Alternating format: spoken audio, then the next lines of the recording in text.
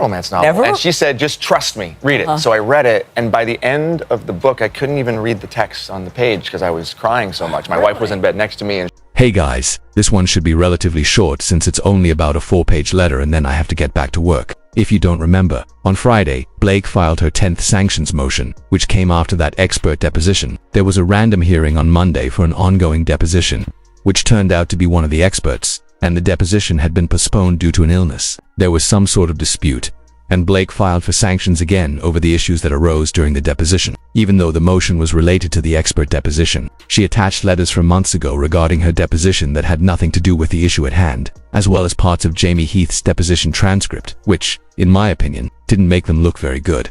Ezra Hudson had a dramatic outburst, acting completely unhinged, and if I have to hear those 9 minutes one more time, I swear I'll lose it. It's unclear what point they thought they were making with that, but when they referred to Blake's deposition in the letter, they attached a letter from September mentioning Justin's attorneys asking about her sexual history, alluding to rape shield laws and claiming they couldn't ask those questions. While we get a little insight into what some of the questions were, most of the deposition remained sealed, including her pages, because she requested an extension to argue whether the materials should stay sealed or not. So that content likely won't come out until early to mid-January. Regardless, they did respond to the sanctions motion that was just filed, so I'm going to read that for you. But before we get into it, give me a second to pull it up. I mentioned last night that this is something I'm starting to do as a backup, because you never know, and I've actually started streaming on Twitch, so now my streams are up there. If you have it, go follow me just in case something happens with YouTube. Let me pull it up so you can see it's the same username and everything. I'll share this letter, we'll go through it, and then I'll get back to work. I might not stream tonight as I have to see a friend in town, but I'll let you know later. Okay, so they're writing in opposition to Blake Lively's motion for sanctions and other relief concerning the deposition of Nicole Alexander, who is an expert in digital ecosystems, AI-mediated brand perception,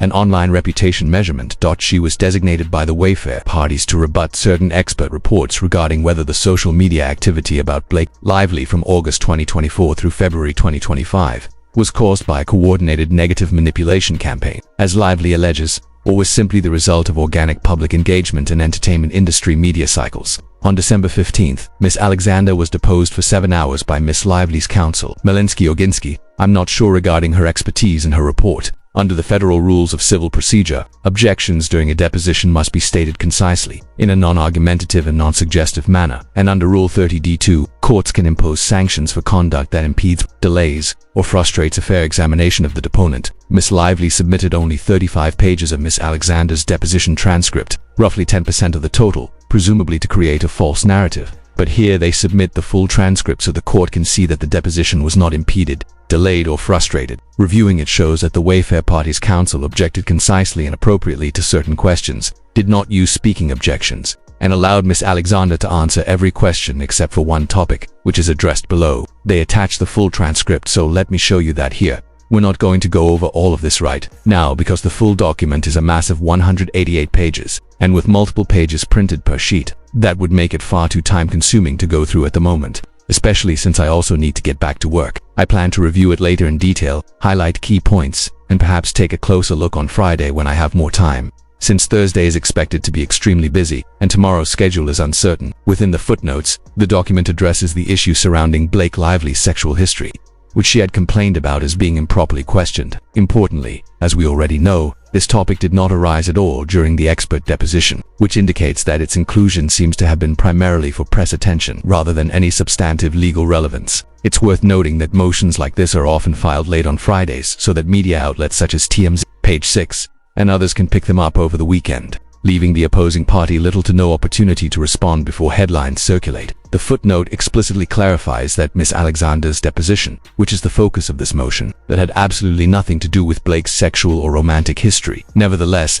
the motion attaches a self-serving letter from 3 months ago, sent by Blake's counsel to the Wayfair party's counsel, which complains about purportedly improper questions that were allegedly asked during Blake's deposition. In reality, the questions in question were related to Blake's public reputation, an area she herself had put at issue, rather than any sexual or romantic matters. Additionally, since Blake did not seek relief from the court at the time regarding any of these questions, and is not pursuing such relief now, the motion appears to have been filed solely to generate sensationalized headlines and to mischaracterize the conduct of the Wayfair party's counsel in a way that makes them look bad. Media coverage of this motion, including articles from Variety and other outlets, misleadingly frames it as if it concerns Blake's deposition and her sexual history. even though the expert deposition had no connection to either. Furthermore, the way the motion and press reports were written also gives the impression that this issue is tied to Blake's September deposition, which is entirely inaccurate, making the situation appear much more scandalous than it actually is. Overall, the filing and the subsequent media coverage seem designed more to attract attention and create controversy than to address any legitimate legal concerns, highlighting the way in which high-profile legal proceedings can be manipulated for public perception rather than purely for judicial resolution. This appears to reference the 9-minute meltdown by Ezra during Jamie Heath's deposition, which was completely unrelated to the expert deposition, and it's unclear why it was included in the sanctions motion at all. Some lawyers reviewing the motion have noted that while depositions can get a little heated, it's fairly common for one side to act aggressively and for the other side to respond in kind. But when only one side runs to the judge to complain, it comes across as whiny and somewhat petty. The motion itself does not identify any material area of testimony that Ms. Kevorkian sought to explore but was prevented from exploring due to objections from the Wayfair party's counsel, further underscoring the triviality of the claims. Even when Ms. Lively's counsel alleged that the Wayfair party's counsel frequently interrupted the deposition to ask whether Ms. Alexander should review an exhibit, the cited examples reveal that these interruptions were actually professional guidance. Ms. Lively's counsel, Meski, was unaware that Ms. Alexander had amended her expert report a month earlier and mistakenly claimed it had not been served, prompting the Wayfair party's counsel to steer her correctly. Ms. Alexander, who had never been deposed before, especially not remotely, was advised to download an exhibit so she could review the entire document instead of only the portions shared via screen sharing, which limited her view. In addition, when Ms. Kevorkian asked Ms. Alexander to summarize a lengthy article cited in the expert report, the witness was confused about whether she was being asked to summarize it from memory, and when the Wayfair party's counsel sought clarification, Ms. Kevorkian launched into a tirade instead of explaining her question clearly. During one exchange cited in the motion, Ms. Kevorkian interrupted the witness who was confused by the line of questioning, while the Wayfair party's counsel simply suggested she listen carefully so that the questions could be clarified. Even if one wanted to interpret these exchanges as potentially violating Rule 30c2 regarding deposition conduct, the context shows they clearly do not, and any minimal concern is mitigated by the professional and reasonable conduct of the Wayfair party's counsel throughout the deposition. Overall, the motion appears to exaggerate trivial interactions and misrepresents routine deposition procedures as misconduct, further highlighting the lack of merit in the claims. Even if such exchanges during the deposition could be literally construed as violating Rule 30c2, which they clearly should not, any potential violation is mitigated because the colloquy arose from objections that were solely related to clarifying the witness's understanding, which is standard practice. Notably, at the start of the deposition, Ms. Kevorkian failed to instruct Ms. Alexander, as is customary, that if she did not understand a question she could ask for it to be regarding Ms. Lively's criticism that Ms. Alexander was sometimes instructed to answer again. Such instructions are not improper, as directing a witness to respond when they understood a question or could answer is fully appropriate. Examples of alleged improper speaking objections, according to the motion, include those made by Ms. Lively's counsel, Ezra Hudson, during the deposition of non-party Jenny Slate, though the details are sealed and therefore unavailable for review. The infamous 9-minute crash out by Ezra during Jamie Heath's deposition is another event cited, even though it was entirely unrelated to the expert deposition and its inclusion in the motion seems inexplicable. Ms. Kevorkian also neglected to instruct Ms. Alexander at the outset that she could request breaks, which is standard practice. Yet Ms. Lively's counsel took issue when a break was suggested after 2 hours of questioning.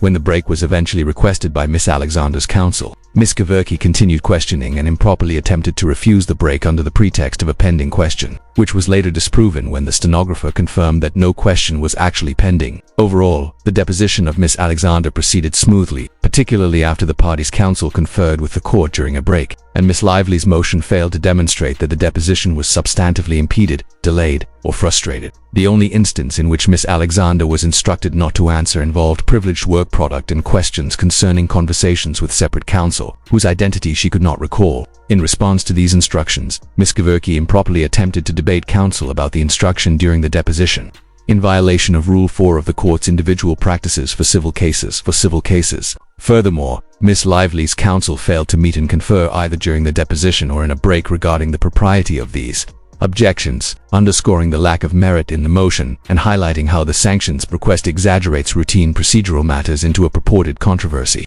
The motion should be denied for that reason alone. Had Ms. Lively's counsel adhered to the court's individual practices regarding the resolution of discovery disputes, a short continuation of Ms. Alexander's deposition could have been agreed upon via remote means on a mutually convenient date. limited solely to questions about her communications with separate counsel, including any facts or data provided to her that informed her expert opinions, and the parties now stipulate to that the motion to sanction Brian Friedman and the undersigned, Kevin Fritz, is entirely frivolous, as it is based on an alleged ongoing pattern of deposition misconduct, but cites no prior conduct by either attorney at any deposition. This is yet another attempt to target Brian Friedman with sanctions, which is part of a pattern of multiple pending motions of this type. Regarding Blake Lively's own deposition, there is some confusion about the exact timing it may have taken place at the end of July, but the letter being cited in the sanctions motion was sent in September, suggesting that either the deposition occurred then or that the timing of the letter is otherwise inconsistent with the deposition date. The deposition itself had been delayed a couple of times, which adds to the uncertainty. But regardless of the exact timeline, the letter from September is the one referenced in the sanctions motion, and nothing about the motion or the cited conduct makes logical sense in context. Overall, the motion appears to be another attempt to manufacture controversy and mischaracterize routine procedural matters as misconduct, further underscoring the lack of merit in the sanctions request. Furthermore, the motion cites various cases in which attorneys were found to have deliberately violated repeated court orders, engaged in prolonged and unnecessary arguments over the relevance of straightforward questions, instructed witnesses not to answer based on relevancy grounds, or were held responsible for their client's failure to produce required documents. Importantly, none of these allegations are even remotely demonstrated against either Mr. Brian Friedman or the undersigned, Kevin Fritz. In fact, the only discernible ongoing pattern seems to be Miss Lively's repeated use of the media to disparage opposing parties, influence public perception, and distract attention from the actual legal issues at hand, rather than any substantive misconduct during depositions. The footnotes in the motion ironically underscore this point, noting that it was Miss Gaverchi herself who improperly attempted to debate counsel during the deposition, which then prompted Brian Friedman to request that she cease such inappropriate behavior. Additionally, the motion references the deposition of Jaime Heath, which concerns an entirely separate situation involving no pending questions, but rather Miss Lively's counsel raising concerns over lengthy breaks being taken during the session. This is where the infamous 9-minute crash-out incident occurred, a moment that, while dramatic, had no relevance to the expert deposition at issue and seems to have been included merely for sensational effect. Documents attached to the motion further show that at one point, Jamie Heath felt compelled to leave the room because Blake's attorney allegedly disparaged his character regarding a former client and prior case behavior that is highly unusual, arguably inappropriate, and arguably outside the normal bounds of deposition procedure. Though these details remain while there is some uncertainty regarding which attorney represented Blake in the related cases, possibly Miss Merrill in her action against Perez Hilton or in Andy's case, the broader point remains that the conduct cited does not substantiate any legitimate claims of attorney misconduct, and the motion is largely an attempt to manufacture controversy. Regarding logistics, there is also some uncertainty about when I will be streaming next. I might stream later tonight, but more likely, I will do so tomorrow during the day, since we generally have early departures from work on holidays such as Christmas Eve or the day before Thanksgiving. I will confirm the timing if I do stream tonight, but otherwise, the plan is to be back tomorrow afternoon to continue providing updates. In the meantime, I want to thank everyone for following along, engaging with the content, and supporting the channel. If you could hit the like button, it would be greatly appreciated, and I will see you all soon with further analysis and commentary.